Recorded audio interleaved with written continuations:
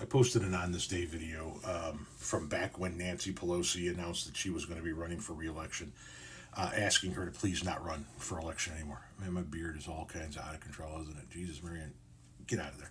Anyway, so then this person said, so you would advocate for term limits in both houses? No, I don't advocate for term limits.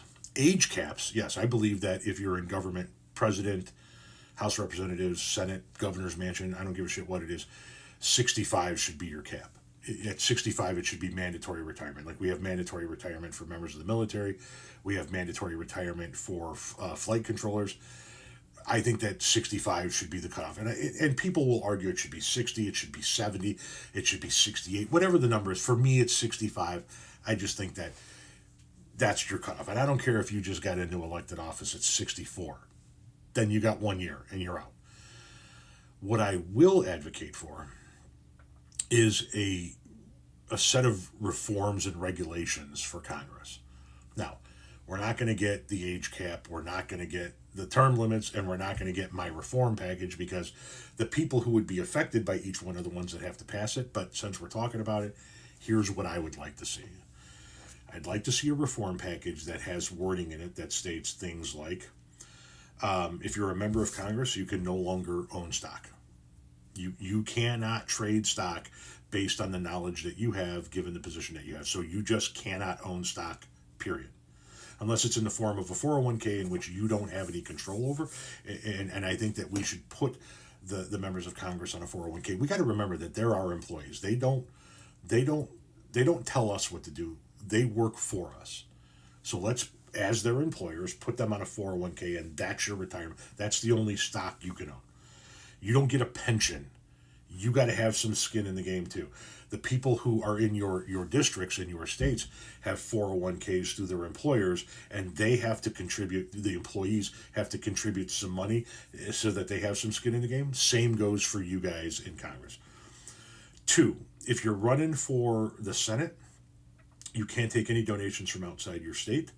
If you're running for the House, you can't take any donations outside of your district.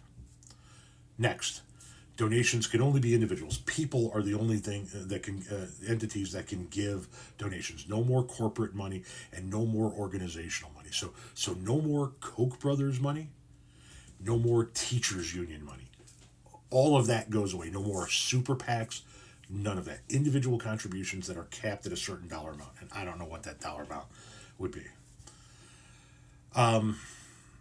If you're in Congress and you are proposing to vote on something that's going to directly affect you as a member of Congress, so for example, you guys want to vote on giving yourself a raise, that's gone. If it's something like you want to give yourself a raise, that goes to a national referendum. We decide that. We're your bosses. There isn't an employee in this country that can walk into their boss's office and go, hey, by the way, Bill, I took a vote today and here's my new salary. It doesn't work like that.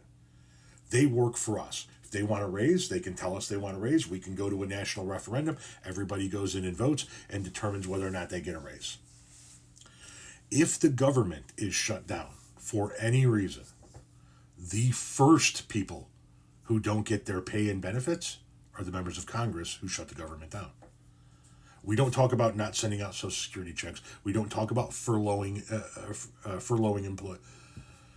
employees and staffers. We don't talk about telling staffers, hey, you're going to have to go home for a while until we sort this whole thing out. No, motherfucker. You stay and work for free until you figure out how to open our government.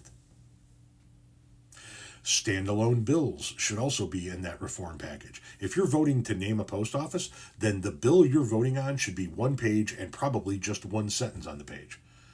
I hereby propose that we name the post office at 1234 Main Street in Chicago, Illinois, the Harold Washington Post Office. Nothing else. If you're voting to fund the Department of Defense, then that's all you're voting on. You don't get to put the post office naming in the defense bill, and you don't get to put the defense funding in the post office bill. It's all single bills.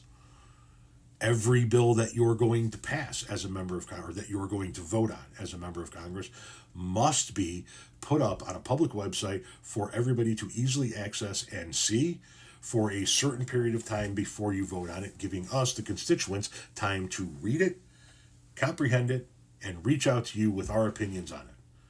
I don't want to hear, like we heard from Nancy Pelosi, we got to pass the bill to see what's in it. Then you don't vote on it. And I don't want to hear from the Republicans how we just got to get it through, man. We'll worry about it later. We got to keep the government open. Nuh-uh. I want to see it. And if that means that we have a government shutdown looming, then you motherfuckers should have been thinking about this weeks ago, and we should have seen a bill 14 days ago. Let's call that the timeline, 2 weeks. We should have seen a bill on a public website 2 weeks ago for us to be able to read and give you our opinion on. So I think that if we put together, and once again, this is never going to happen, but if we were able to put together a regulatory and reform act that put an age cap on and all of these other things that I mentioned, and obviously a few other things that I'm not thinking about at the moment, and we reined in Congress, then you would get rid of the people who are there to get rich. And you'd get down to the people who are there to actually serve the constituents of their district or their state. And then you wouldn't want term limits. You wouldn't want to tell somebody, hey, you've been doing this for 4 terms, you're done. Because you don't say that to your plumber. You don't look at your plumber and go, you've been my plumber for 20 years, that's entirely too long, I got to get a new plumber. No, he's a damn good plumber, you want to keep him. Same with your mechanic. Same with your handyman, whatever the fucking case may be, your landscaper. So I don't understand why we would want to do it with our lawmakers. If they're good at what they're doing and they're truly serving the American people, then you want to keep them there as long as possible until they hit that age cap. So no, I would not be in favor of term limits. I would be in favor of a reform and regulatory act.